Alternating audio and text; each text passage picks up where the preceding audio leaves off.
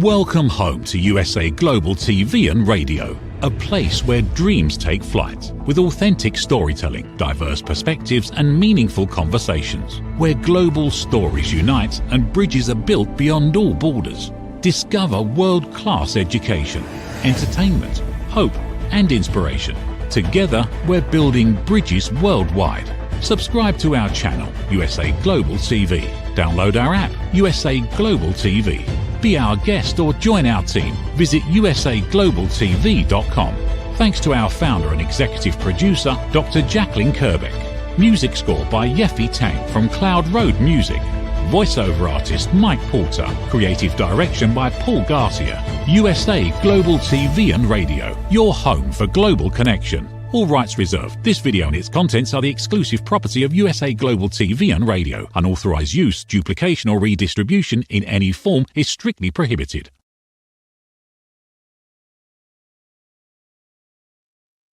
Hello and welcome from the East Coast of the United States of America. This is USA Global TV and Radio. I'm Dr. Jacqueline Kerbeck, and we want to welcome you. Good morning, good afternoon, good evening, wherever you are in the world. We're thrilled to have you with us for another episode of A Woman's Prerogative.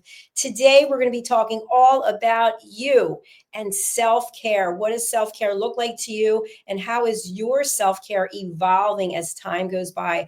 As I found, I'm soon to be 62 on Wednesday, boo-hoo. No, but lucky to be here. I have changed some of the things that I do for my own self-care. We're going to be getting into that with my partner on this show. Her name is Mariska Dupria, and I have to say she's been with me. It's got to be 4 or 5 years now. That really says something about loyalty. She is the go-to person for transformation, transformational leadership. She is an expert when it comes to helping people like engineers up their game. She's an expert when it comes to helping leaders really get some vision and clarity as to what it is they're looking to accomplish. She's also an author, and she is, unlike many people out there, go on LinkedIn, everyone and their brother and mother is a coach. This woman actually took all the steps necessary to become a certified coach. Let's welcome Mariska, who's joining us all the way from Australia. Hello, hello. Good to see you. Hello, hello. And thank you for such a lovely introduction. You are welcome. How are things down under?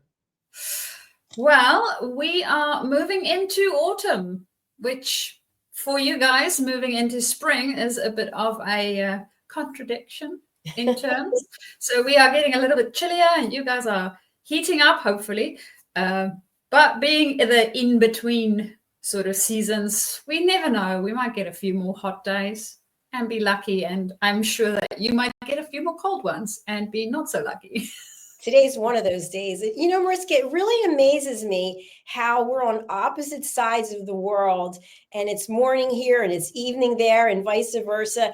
And having known you for, I'm going to say since 2019, I think it is, it could be 6 years even, I realized, you know, when I go to reach out, you're sleeping. And so you get to know someone's sleeping pattern, so to speak, because you don't actually want to be reaching out to someone in the middle of the night. But we truly are a global platform, and you've brought all of your professionalism and expertise here since the very beginning when you and I took coaching together.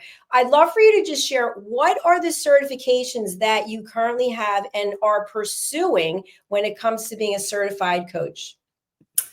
So currently I have my coach training and certification through ICF. So that's the International Coach Federation. And that's one of the boards that helps to regulate our industry. As you mentioned earlier, Dr. Jacqueline, the coaching industry, unlike the engineering or law or even medical industry, not regulated. So we need to look at boards that we can be part of that has very good standing, as well as a code of ethics that we abide by. And for me, that's the ICF. So I am a PCC certified coach within that space. And then I am also at the moment busy with my team coaching certification. So you might wonder how those two things are different. Now, normally I would be coaching within a one-on-one space. So I would coach a leader working through their own belief systems and thinking around how to interact with the team. Say, for instance, you need to have a difficult performance-related conversation with somebody. We still need to have the conversation, and we can do it in a way where we do show care and compassion for this other human being, because it will definitely impact them in a number of different ways. So being able to have those conversations has a personal impact on us. And I have conversations with my leaders around how they want to show up, what their being will be when they have those types of conversations. And that's more one-on-one type of conversation. Then we have the team coaching space where we actually work with the whole team. It's not just one person at a time. Yes, we will have some conversations with the leader of the team because their influence within the team impacts a whole bunch of different elements and aspects in it. And we also look at the team as a whole and the interactions between everyone in the team and how our system might be contributing to some of those interactions. Because I don't know about you guys, but typically I don't get up in the morning and go, I want to make somebody else's life miserable. I would like to go to work and enjoy it. And so would 99.9% of the population, although we don't always show up that way. So that's what we do within the team coaching space, is seeing how we can really connect better, bring our environment into that space as well, so that we can have the conversations we need to have in order to be a value-adding team and not only high-performing. So that's the places where I am working, and just to give you guys a bit of an idea of what it entails. And that also brings me back to you, Dr. Jacqueline. Congratulations. It sounds like a subway is going by right now, or some kind of train. So I do want to say hello to our friends at E360 TV. We're glad to have you with us. And hello to all of our regular viewers.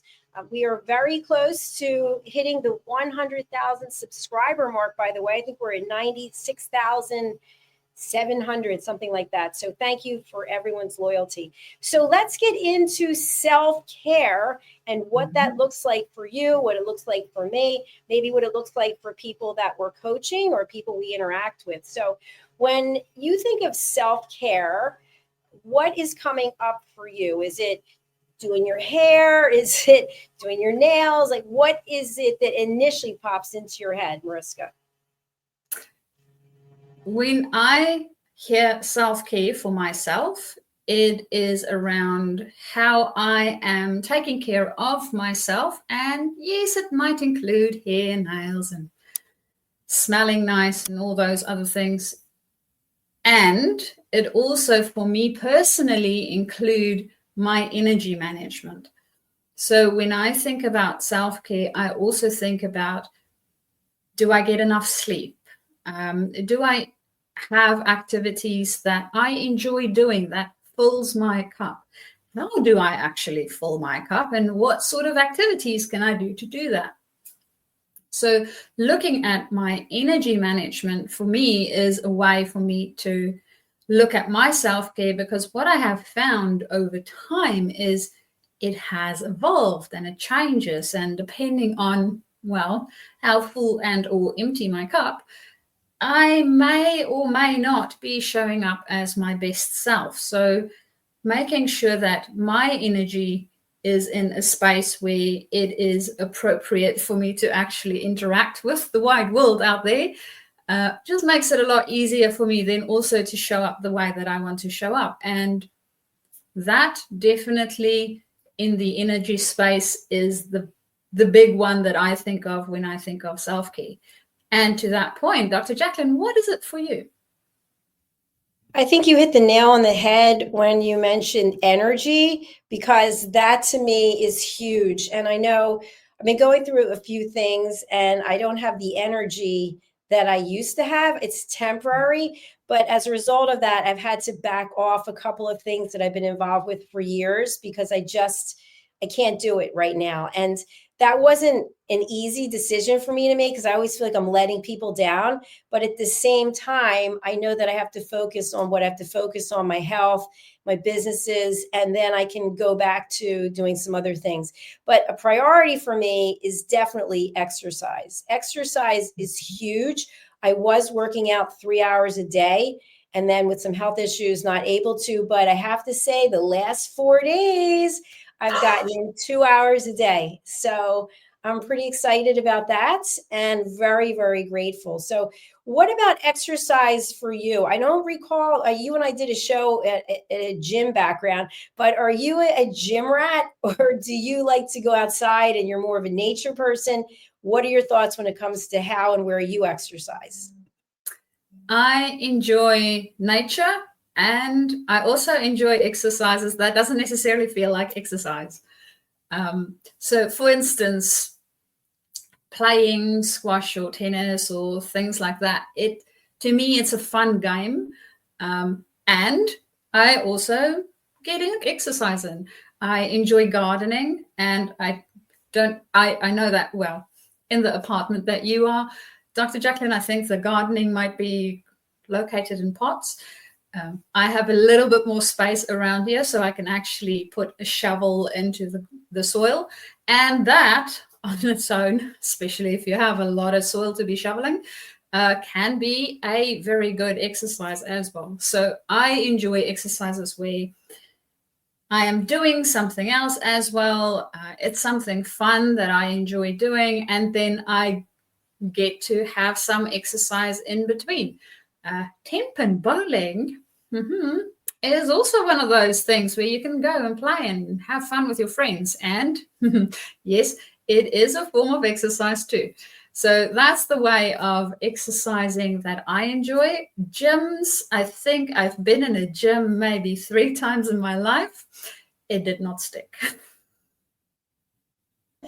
Not everybody loves the gym, right? And not everybody has to love the gym because there's other things that you can do.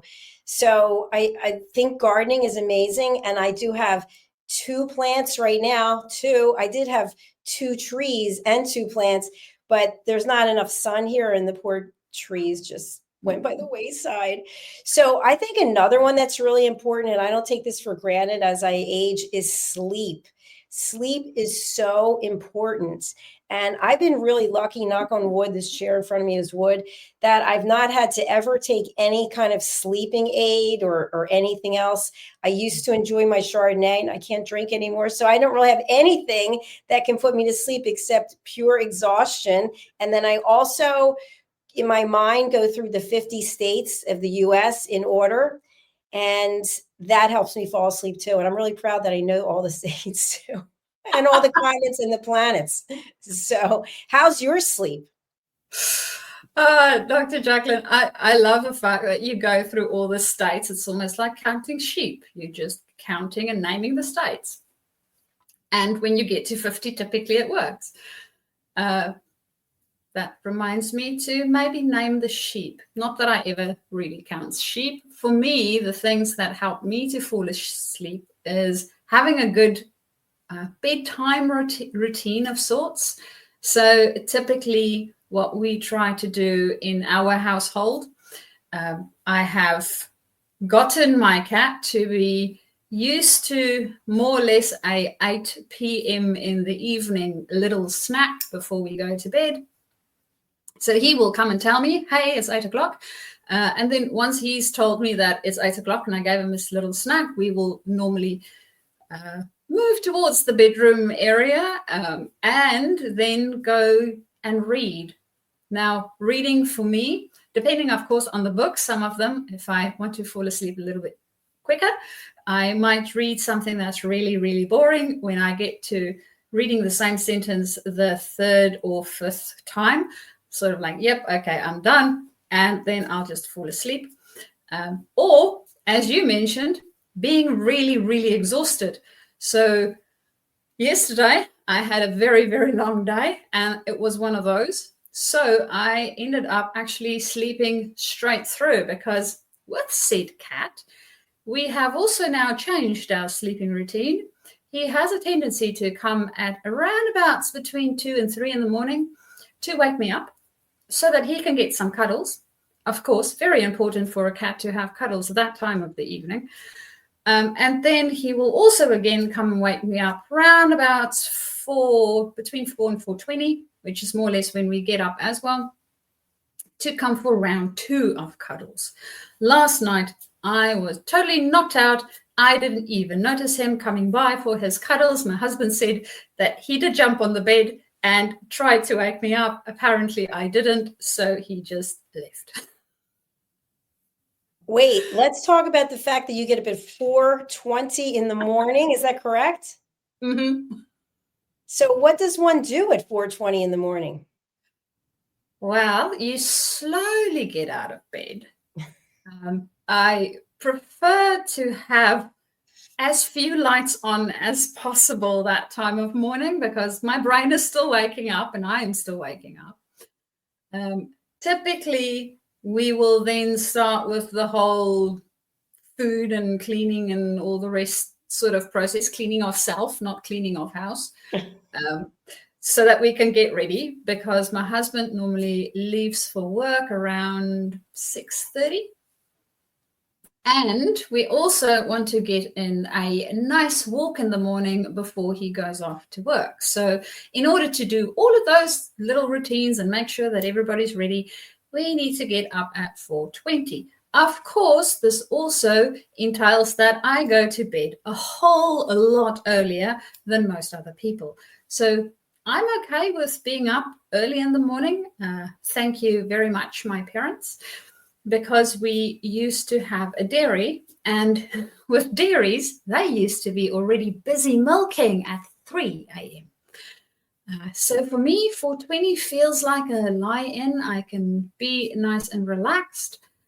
But apparently, the waking up early in the morning started early for me at an early age. What's your normal wake-up time in the morning, Dr. Jacqueline? Oh my gosh, I'm embarrassed to say. So around now it's about 8 a.m. And that's because I have ulcerative colitis, so I'm up a lot throughout the night. So I don't really sleep. I fall asleep easily, and then things happen. I have to get up and then I go back to sleep, but I fall asleep very quickly. So by the time I'm getting settled, it's probably 5, and then I get up at 8. But normally, under normal conditions, I would go to bed at 10 and I would get up at 6, but never 4:20. When I was living in Florida and I was teaching spin class, I had a class I would teach at 6 a.m. So I'd get up at 4:45. So you beat me through and through. Well, and it definitely depends on sleep patterns when we go to bed, all of those sort of rhythms and routines. And I'm sure that I won't easily get up at 3 in the morning. Forget it. My brain doesn't want to work that time of day. And even at the time of day that we do get up, as I said, slow. And my brain doesn't always work that early already. By around 6, 7-ish, I'm good to then start with coaching sessions. That's not too bad. Whereas for other people, it might be way too early. So it makes a difference as to our own routines and what we enjoy. Some people enjoy staying up till 1, 2 a.m. So for them, if they had to get up at 4, it means like 2 hours sleep. Yes. Supposedly we need 8 hours of sleep. And then as we get older, we need more hours of sleep. So I don't know, but I used to be a person who would get 4 hours of sleep because I was working my full-time job. Then I had a side job. Then I had another side job. And I was thinking, yes, I'm really living the dream. I'm just able to work all the time. And I don't need a lot of sleep. But now I realize how foolish that is. We've got to have sleep. And we actually have to take a commercial break right now because it's time. We're going to hear from Steve Klein, who's one of our True Blue fans. And Steve Klein has some beautiful art. And I have to say, I am the owner of a few pieces he has. Let's take a look and we'll be right back. USA Global TV and Radio proudly presents Steve Klein Art at steveklein.art. My name is Steve Klein, born Manchester, England, 1953. My quest in my lifetime is to create artwork from my soul and the deepness within my wildest dreams and fantasies. In 2012, my heart stopped when I was given too much anesthetic for a minor knee operation, and this near-death experience took me to another multi-dimensional world, an out-of-body experience, and I was given the gift of being blessed by an overwhelming, burning passion to become, for the very first time in my life, an artist with an eternal, passionate desire to bring my art, which I've named multi-dimensional, subliminal, freeform art, to the world, as only 3% recover from what I experienced, and now in my golden years want to release my cosmic, vital energy through my art to allow people to be a part of my cosmic dance. To learn more, email roccogoodwine@gmail.com. For VIP pricing, mention USA Global TV and Radio.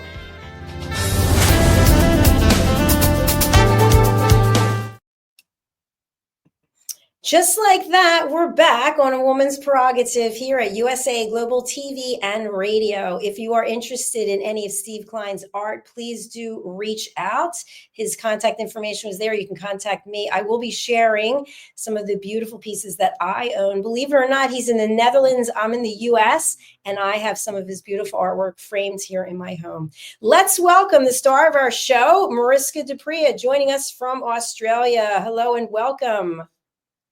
Hello and welcome back. Yes, welcome back. So we're talking about self-care today, and we reviewed a number of topics. What about massage, or what is the other thing?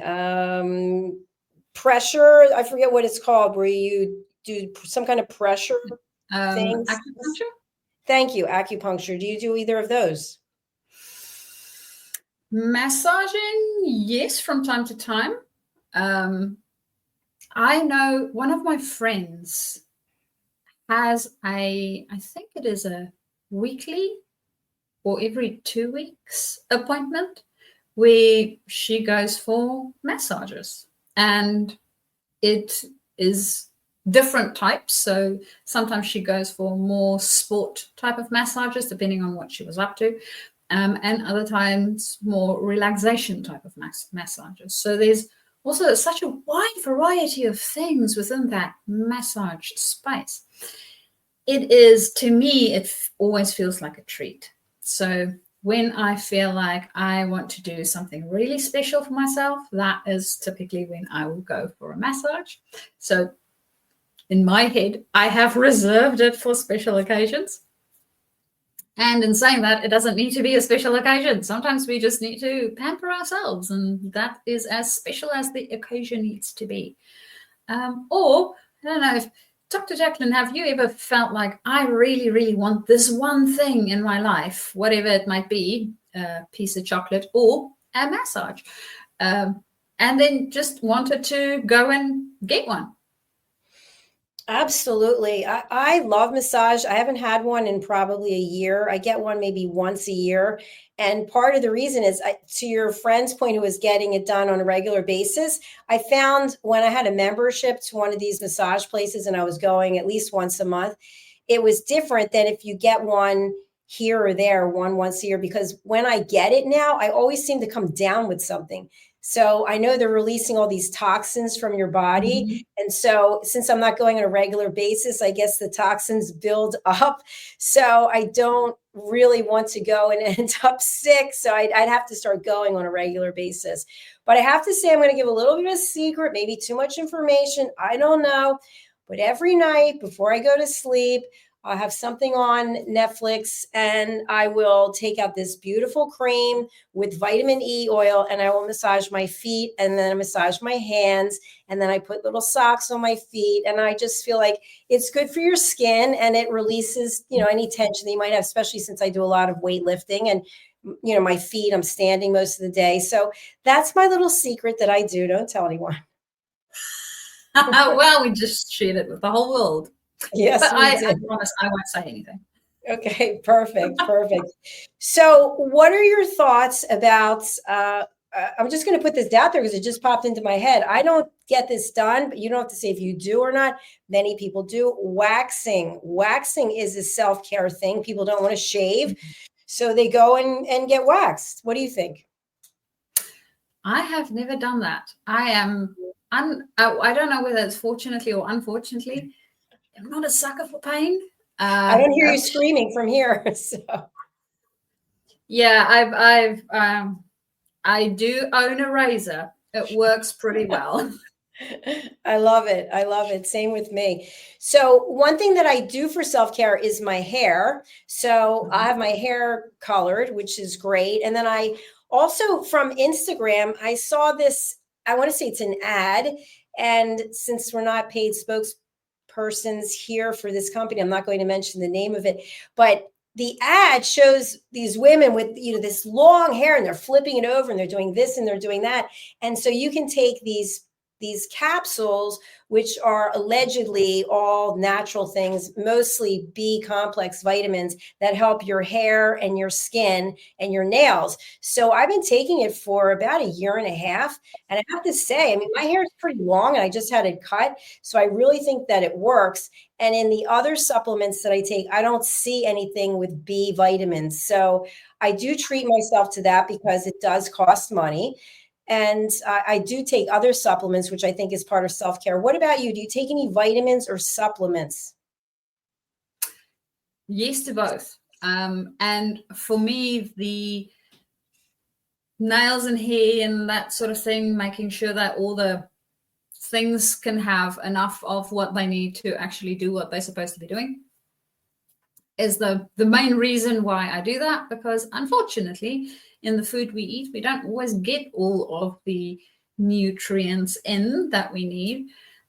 And I've also, from time to time, seeing as I've moved quite a few countries, you don't always get the same things in the same places. So I've had to re-look at the type of supplements and vitamins that I take in and make sure that they actually work the way that I want them to work. I've had one, for instance, where it helped with your joints. And unfortunately, so the stuff that it had in it was a specific thing that they get out of oysters. It's really good for your joints. And I also have now I can't remember the medical term for it. So what happens is the cartridge around your joint gets little leaks, and the fluid inside of it leaks out and makes weird little bubbles. So unfortunately, having taken that specific supplement, it made my joint spaces very lubricated, so much so that my the piece that's around it didn't like all the pressure. So I had to stop using that. Damn good and not good at the same time, because my body just doesn't like it. So that's sort of things that I look at when taking supplements, and of course whether they're actually absorbing properly. Otherwise, the body will just eject it, and that's not what I want. I don't want to pay a whole bunch of money for something and then literally waste it. That would just be sad. So Dr. Jacqueline, I'm very happy to hear that that supplement actually works.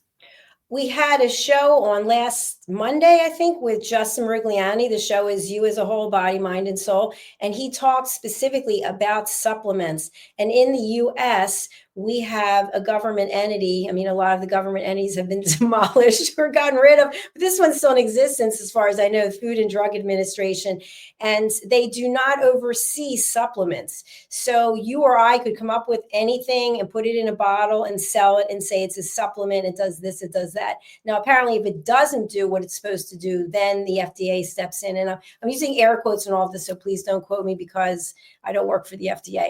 So what about in Australia? Do you have a governing body that oversees supplements, or is it something similar where anyone can really put something in a package and say it does this and that?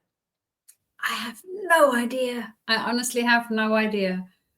Good question. We'll need to look into it. Potentially Google will be able to tell me, but no, I have no clue whatsoever. I know that normal medications get regulated, but as for supplements and vitamins and stuff like that, no clue. It could be the same thing that we have here in the States. You mentioned earlier about for your joints, were you taking, I hope I'm going to say it right, conjoined glucosamine, something like that? It sounds like that might have been it. I might have butchered the name somewhat, but you mentioned about oysters. That is one that that's a supplement I cannot take because I have my shellfish allergy. So what's interesting is during the pandemic, I was watching a show on Netflix. It was The Ink Master about tattoos. I have no tattoos, but I always thought it was interesting. What are the reasons behind people getting tattoos?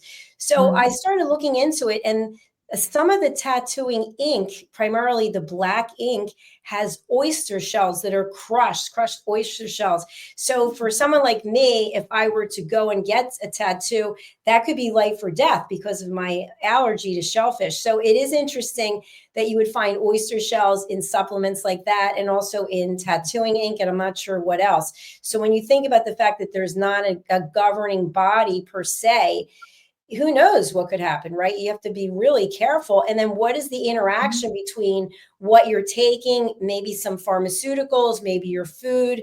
It's really tough to say. So I think when it comes to self-care, that's when you have to be really, really doing a lot of research. What about, and this is one I'm not really good with, what about vacations? What about taking a vacation and getting away from all of it? Tell me about your vacations. Vacations. Let's see. Well, typically we try to have one at least once a year. And from time to time, it's not necessarily a going away. It's just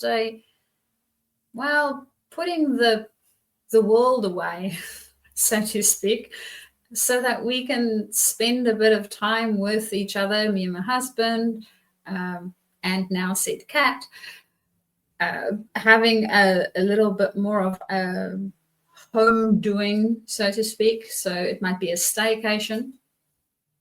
And of course, we also do enjoy traveling and seeing new places and going to different areas. So from time to time, the vacation might also be short trips. So it might be a weekend or a day trip that we also enjoy interacting with. So to me, vacations is really in the energy management space for some odd reason in my brain.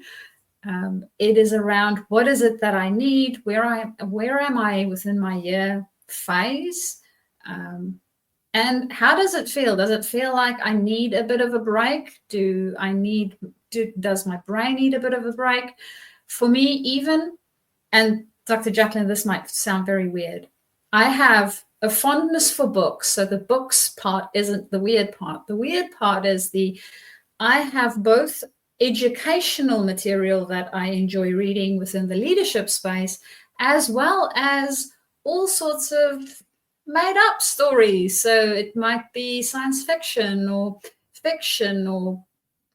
horror stories from time to time, or anything within the, what do you call it?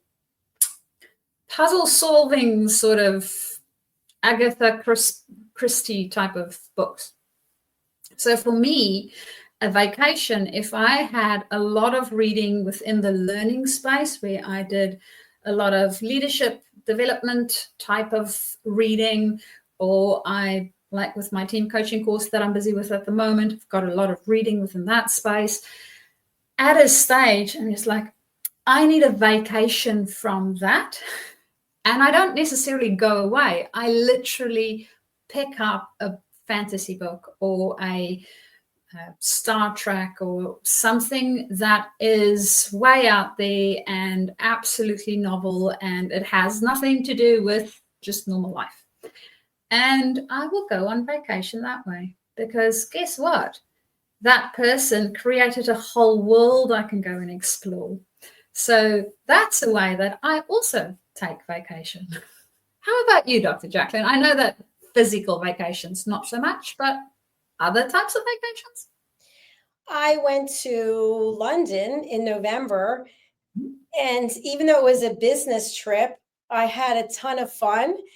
And there was a lot of pressure because I was teaching and I was also speaking, but I made sure that I had fun, whatever it was I was doing, and even making jokes about over there, everybody, I shouldn't say everyone, but the people I was with walk everywhere instead of take a car. So there's a ton of walking, and then trains, and then subways, they call the tube, and up escalators, three escalators straight up carrying your stuff.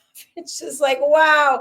But we actually kind of had it as a race to see who could get up there fastest. But of course, Philip Sykes won every single time. So I think of that as a vacation. And, it's interesting. Someone very close to me spoke to me the other day, actually, and just out of nowhere said, listen, I want to let you know, you work and you work out, and that is not living. You do not have a life. And I thought, I don't? What am I doing? And is somebody else showing up instead of me? And the person said, you need to do other things outside of work and work out. But I love working and I love working out. And I get to interact with other people. So I've been thinking about it, and I say, no, I like what I'm doing. I don't feel like I need to do anything else. See, and that is when we love our work so much that we don't mind doing that all the time. You are living, and Definitely. It's your life. So You can choose how you want to spend your time. And those are important things to you. So I see nothing wrong with it. It's very true. Last week, I taught the setting boundaries and asking permission course to a group of people. And tomorrow I'm teaching, it's actually a 4-hour course. I'm teaching the other 2 hours tomorrow night. And then the following day, actually on my birthday, I'm teaching an entire new group in person. So I just love it. I love it enough that I'd say, hey, on my birthday, I don't mind doing this. I'm going to come and do it. So for me, just what we're doing here, Mariska, is creating a legacy that long after we're gone, people can watch these shows, and things that we're saying today are still relevant, unless somebody's going to oversee supplements, then that might be dated. But we're providing all kinds of insights and just awareness about things. So I want to salute you and thank you for all that you've done and all you continue to do. You're also one of our expert presenters on Talking Heads. And you've just been with me, as I mentioned, from the very beginning, before there even was this platform. I think it was Rapping with Dr. Jacqueline. So thank you so much for all your contributions, your friendship, and your loyalty through all the years. Oh, it is absolutely my pleasure. And yes, this is a legacy. I actually watched a series the other day. So this is a South African series, which I cannot remember the name of. And there's an actress that played in it that also passed away. I think it was the beginning of this year or the end of last year. And it was so nice to just see her in that show acting. And she left a legacy via that story. So we will also be leaving legacies, and who knows what will happen with the internet one day. We don't have a crystal ball to see what might happen with it. And this might live on for literally ever. So I may go back to some of the shows and go, again, I'm not too sure why I said that. And who knows? It might be something somebody had to hear at some point in time, now or in the future. And who am I to keep that from them. So thank you, Dr. Jacqueline, for giving us this platform. And if you have a message and you want to get it out there and you want to share it with the world, please get in contact with Dr. Jacqueline so that you can also be able to do that and build your legacy.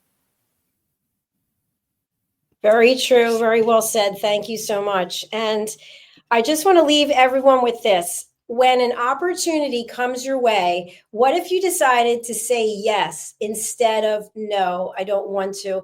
I mentioned about self-care. I've had to back away from a couple of things for now. I mean, I've been doing them for years and years and years because I need to strengthen myself, and that's what I'm doing.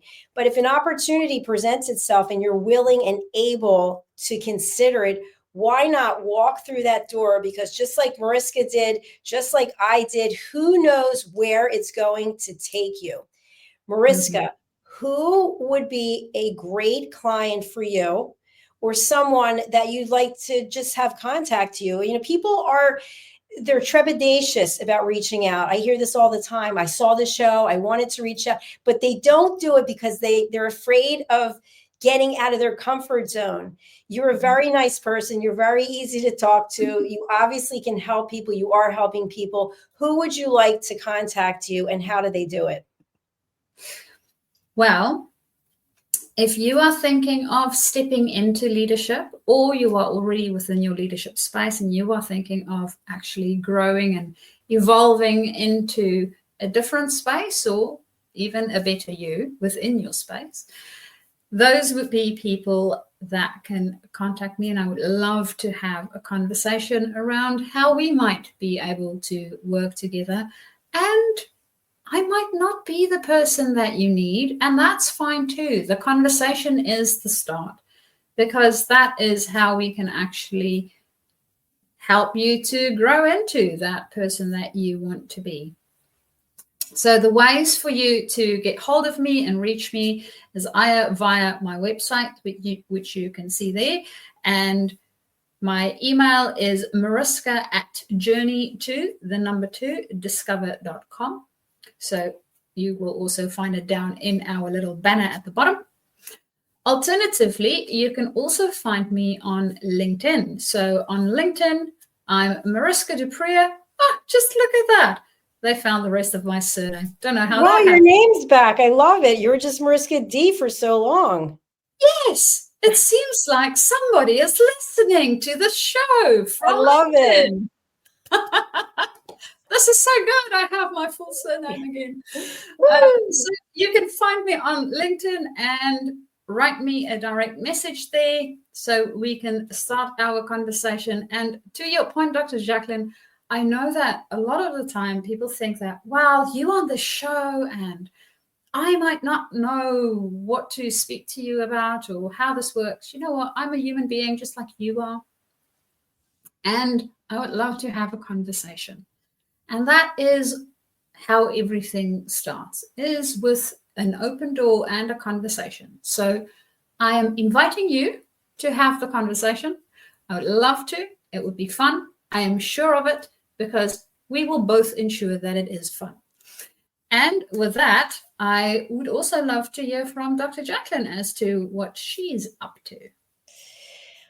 Well, I don't know what's in the middle of the screen because there's nothing there. I don't know why we have this big black box. Let's see. Okay, so what I'd like to say is if anybody out there would like to be a guest, please go over to our website, usaglobaltv.com/book your session. If you'd like to be considered to have your own show, we'd love to hear from you and grill you up. No, we'd like to just interview you about what would make sense. Go to our website, usaglobaltvandradio.com or usaglobaltv.com. And with that being said, we're going to say goodbye to everyone. Thank you to E360. We appreciate all of you there. E360 is an incredible distributor of content, and they're growing in leaps and bounds. They've been around for probably double the amount of time that we have. Aaron's doing an amazing job over there. Aaron, thank you so much. And thank you, Mariska. I really appreciate you being here. And we'll be back next week. And our next show is You as a Whole, Body, Mind, and Soul with Justin Morigliani. So let's stay tuned for that. In the meantime, we're going to go over to our sponsors. Bye for now. Bye, everyone. Bye. in a world full of noise, misunderstandings, and interruptions. Master the art of listening with Dr. Jacqueline Kerbeck. Dr. Jacqueline Kerbeck is the listening mentor of USA Global TV and Radio and the Amazon #1 best-selling author of Mastering the Power of Elevated Listening. Elevate your listening. Elevate your life.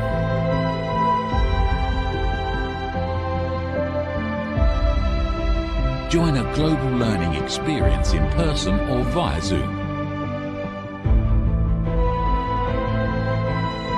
Reserve your spot today. usaglobaltv.com/book-your-session